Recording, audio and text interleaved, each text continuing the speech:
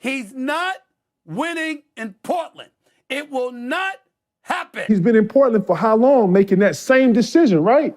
It's gotten you nowhere and you running in a circle, bro. You got to get out of there. Otherwise, we're just going to be talking about what this great player was and how we never saw him on a big stage. That's the frustrating part of it, is talking about, for what's going to happen next season and us building. Like, that's not what I'm here to do, especially at this stage of my career. So let's face it, it's time for the Portland Trail Blazers to make a decision. The way I see it, this offseason the Blazers have 3 realistic options. Option 1, trade the 3rd overall pick and attempt to build a contender around Damian Lillard. Option 2, keep the 3rd overall pick and shop Lillard, buying into the youth movement. Or option 3, keep both Lillard and the pick and try to play both sides. Let me preface by saying I'm still undecided at this point. I'm not at all envious of the position of General Manager Joe Cronin in the front office, but it is now more evident than ever that something has to be done.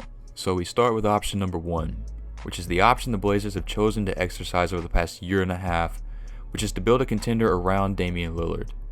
And so far this appears to be a failed experiment, with trades like the CJ McCollum and Norman Powell ones that have not warranted a return that is pushed along the timeline of this experiment. Although the Blazers have failed to live up to expectations over this time span, they have been blessed through the draft lottery.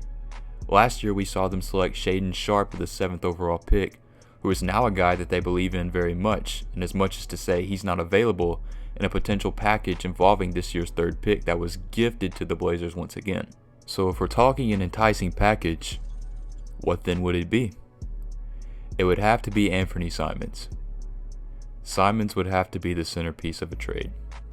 Anthony Simons is coming off of the best season of his career, averaging 21 points per game on good shooting efficiency. Upon being inserted into the starting lineup alongside Damian Lillard, there were questions to whether those two could coexist in the backcourt. And offensively, I think we can all say they exceeded those expectations.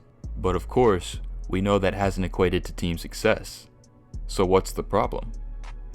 I do think injuries have definitely been a factor, as we've seen Damian Lillard miss more time in the last 2 years than the rest of his entire career combined. Ultimately though, I think the dynamic of 2 small guards has limited the potential of the Blazers, dating back to the days of Dame and CJ as a backcourt duo. And personally, I've reached the point where I think this dynamic has run its course. As a fan, I've wanted to believe that Dame and Anthony can exist as a backcourt duo, but in my heart of hearts, I know that Dame needs to be paired with a great perimeter defender. So this leaves Anthony Simons as the odd man out. And we've seen this package of Simons and the 3rd pick be thrown into the trade machine and heard the rumors of what the return could possibly be. Teams we've seen most closely related to these rumors have been the Toronto Raptors, the New Orleans Pelicans, and more recently, we've seen the Minnesota Timberwolves and the Chicago Bulls emerge as potential trade partners. I think the team that is most realistic for this package is the team we've heard the Blazers be attached with for the longest, and that's the Toronto Raptors. As a fan of the Blazers, I think the Raptors would have the best return for a potential trade centered around Anthony Simons and pick number 3, and depending on the totality of the package, the Blazers could potentially receive Pascal Siakam and or OG Anunoby.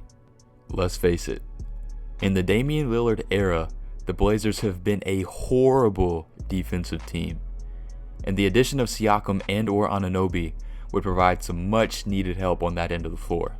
It is important to note that Pascal Siakam is on the last year of his deal, and with the Blazers already planning to re-sign Jeremy Grant this offseason, money would be very tight going forward.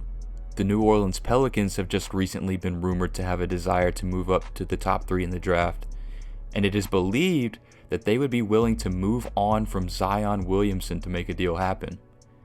And while that may be hard to believe, the Pels are very high on Scoot Henderson, so there is a small chance that Zion could end up in a Blazer uniform. Thinking realistically, if this direction is continued, no matter what moves are made this offseason, this team is still multiple years away from being a contender, unless they pulled off something completely unforeseen. But even if so, No one person is going to fix this team. Dame has been loyal to this organization from the beginning, so he deserves the best shot to compete at the highest level. But for real change to come with him on the team, it has to start right now. At this point, option 2 seems the least likely, because we know how loyal Damian Lillard remains to Portland, so until he comes into the office and vehemently demands a trade, he will be in a Blazer uniform. The current regime of Jody Allen and Joe Cronin have stated multiple times that they are still bought into building a contender around Dame. But let's be honest, how realistic is the potential of this experiment? For the first time in a while, Portland has been blessed with a golden opportunity to start over. Shaedon Sharpe and most likely Scoot Henderson have metaphorically fallen into the lap of the Blazers. These are guys who have the potential to be franchise cornerstones of a contending team for years to come. So why not shop Damian Lillard? Almost all mock drafts and all experts expect Scoot Henderson to be the 3rd pick of the NBA draft. Henderson is a 6'2" point guard with elite explosiveness and has drawn comparisons to Russell Westbrook and pre-injury Derrick Rose. He has the potential to be a great perimeter defender, with his biggest knock being his 3-point shooting.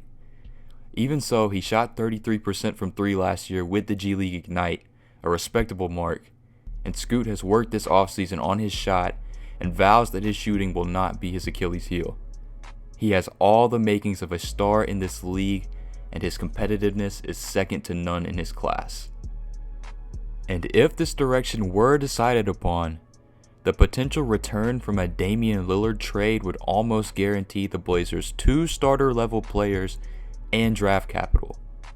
Getting off Damian Lillard's $216 million over the next 4 years will open up the cap space to bring in guys who could accommodate the backcourt of Scoot Henderson and Shaedon Sharpe. Getting off Dame also means you will likely be able to get rid of Jusuf Nurkic as well.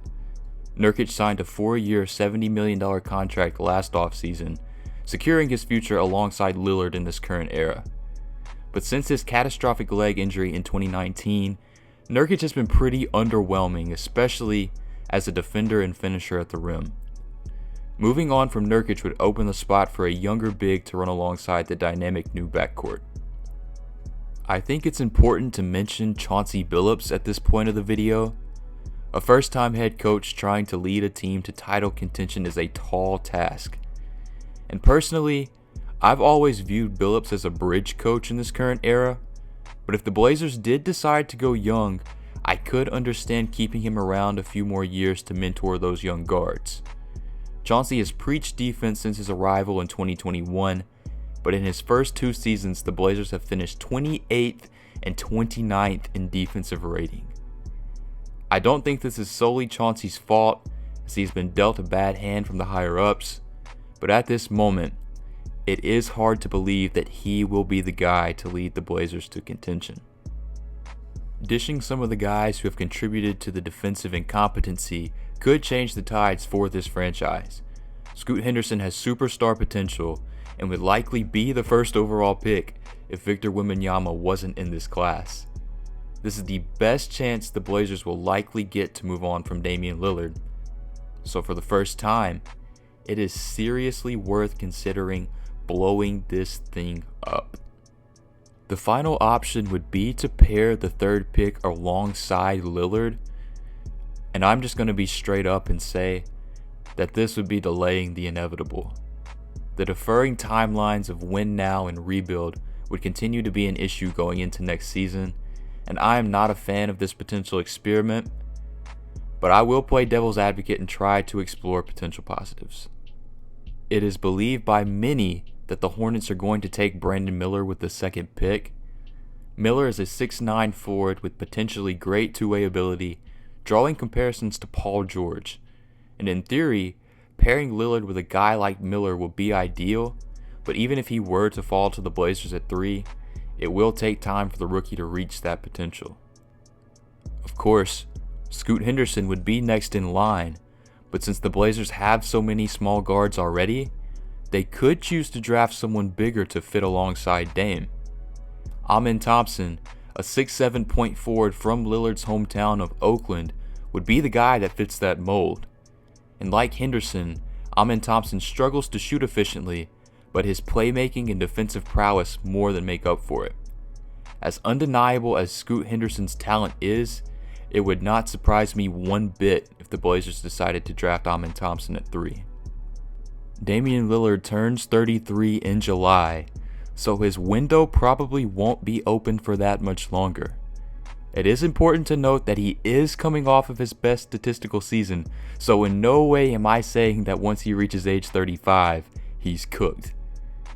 But the Blazers have one of the youngest rosters in the NBA to surround Dame.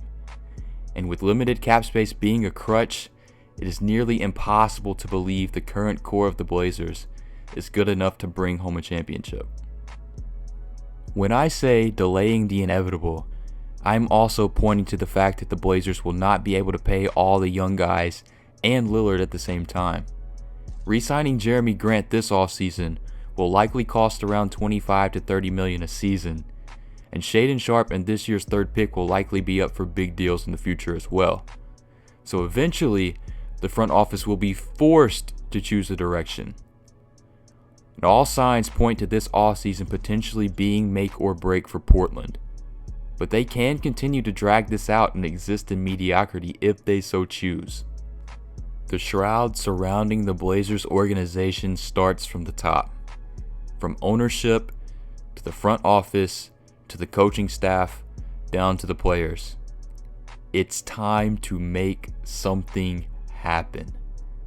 This franchise has been blessed with a superstar like Damian Lillard, and it would be a shame to see his historic career be marred by organizational incompetence.